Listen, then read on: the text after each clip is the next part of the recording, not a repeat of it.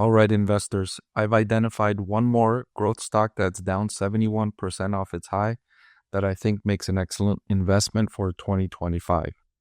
That growth stock is Okta, the cybersecurity company.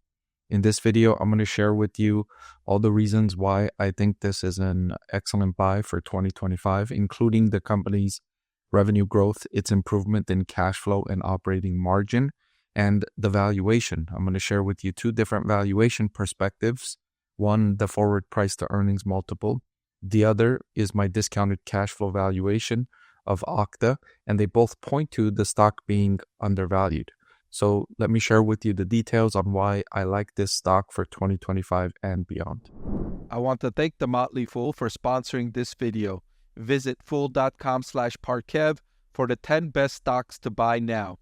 So as I highlighted in the beginning of the video, Okta stock is down 71% off its highs that it reached in 2021.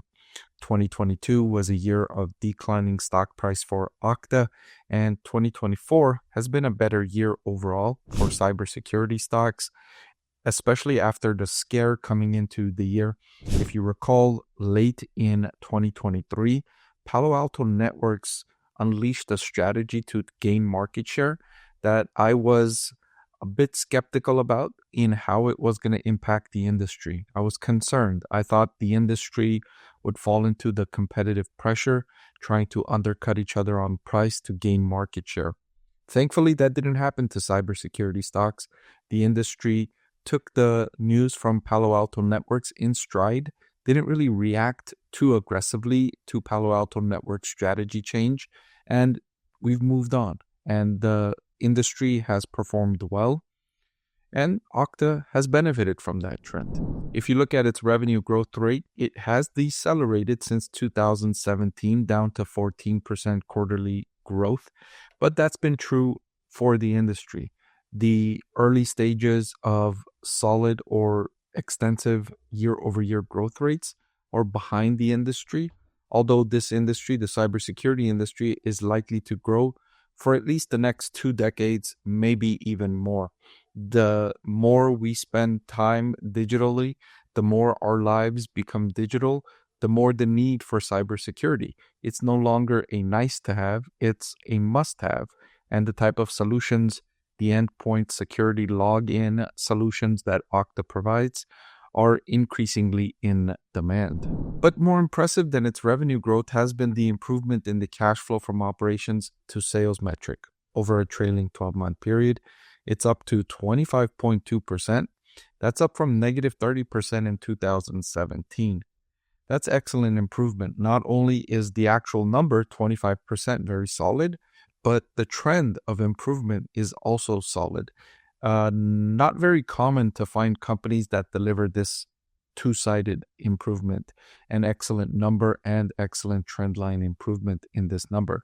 And given that this is an asset-light business model, cybersecurity trends mostly on research and development, and technology improvement, etc. You don't need assets, you don't need manufacturing capacity, you don't need all those things.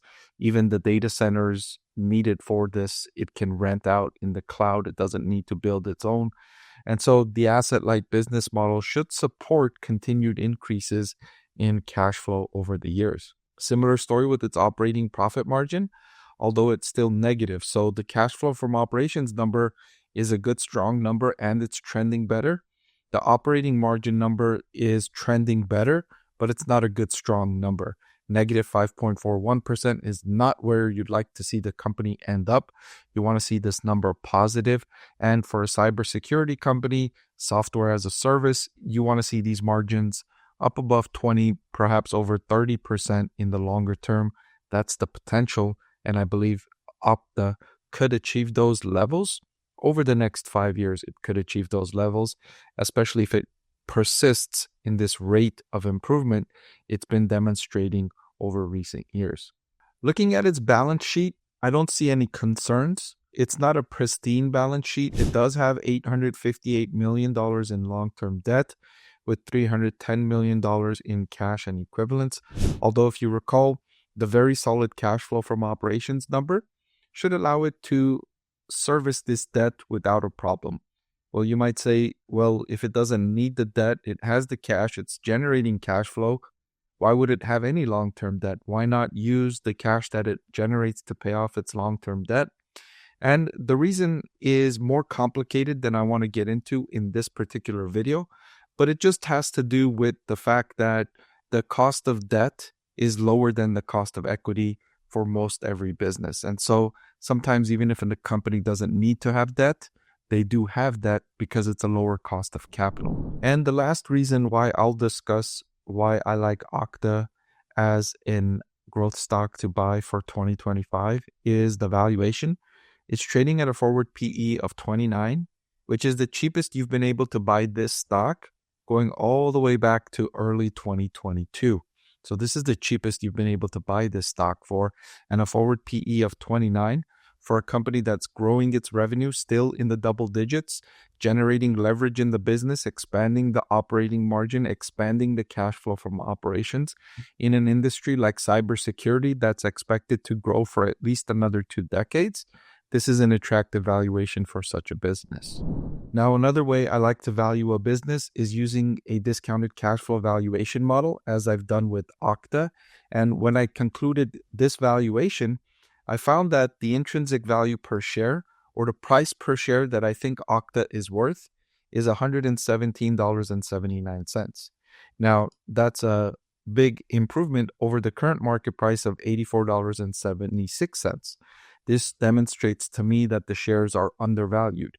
Even if I allow for a margin of safety, the price is over $30 higher than the current market price. So that leaves a little more than 33% upside, even accounting for a margin of safety.